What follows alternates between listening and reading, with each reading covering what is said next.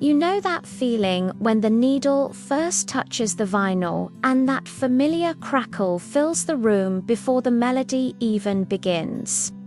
It is a sound that for many of us represents more than just music. It represents a time when the world felt both smaller.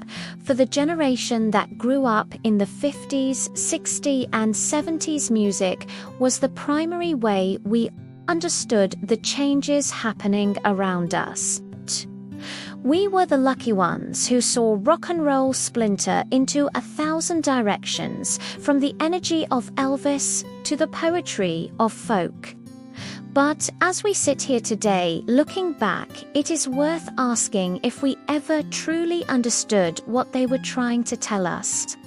Some of the most iconic songs in the American canon are not at all what they seem on the surface. We have sung them at ball games and 4th of July barbecues, yet beneath those catchy choruses lie stories of disillusionment and political protest. Take, for instance, the song that is perhaps the most misunderstood hit in the history of rock and roll. When Bruce Springsteen released Born in the U.S.A. in 1984, it was immediately adopted as a triumphant patriotic anthem. Even President Ronald Reagan famously referenced the song as a message of hope during a campaign speech. But if you actually sit down and listen to the verses, the reality is far grittier.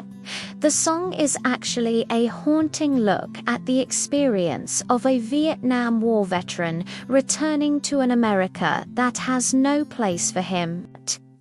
It tells the story of a man born in a dead man town who is sent off to a foreign land. When he comes back, the refinery where he hoped to work is closed, and the VA man has nothing but empty words.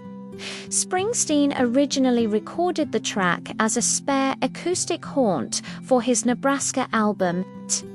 It is a fascinating example of how a catchy hook can fool listeners into thinking a song is a hagiography when it is a cry. Then there is the epic mystery of American Pie by Don McLean, which held the record for the longest #1 song. The central event, the day the music died, refers to the 1959 plane crash that took the lives of Buddy Holly and others. McLean was just a 13-year-old newspaper delivery boy in New Rochelle when he saw the news on the front page.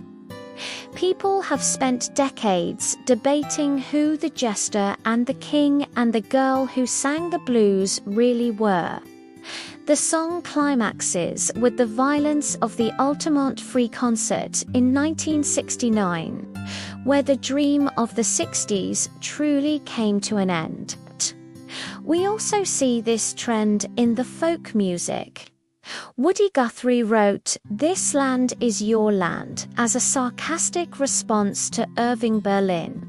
The version we teach children usually leaves out the verses about a big high wall with a private property sign. Guthrie was asking a pointed question: is this land really made for you and me, when so many are excluded and impoverished? Lee Greenwood, God bless. The U.S.A. was written as a response to the shooting down of Korean Airlines Flight 7. He chose cities like Detroit and Houston because they represented the economic pillars of the nation at the time. And then there are the songs that create their own history through the fans themselves, like Neil Diamond, Sweet Caroline. The famous threefold chant is nowhere to be found on the original recording. That tradition started at Boston Red Sox games. For a boomer dad, these songs are the soundtrack to the glory days when the open road called songs like Born to be Wild or Satisfaction were rallying cries for a generation that wanted to feel immortal. But Thin Lizzy, The Boys Are Back in Town, captured that sense of male camaraderie and the knockabout spirit of youth. Led Zeppelin Immigrant Song with its Viking imagery gave us permission to feel like overlords for a few minutes. Springsteen Born to Run allowed men to admit to being scared and lonely riders, looking for a way out. As we look back at these tracks, we realize the nostalgia is for the complexity of the era they represent. They speak to the universal human experience of looking for meaning in a world that is constantly changing.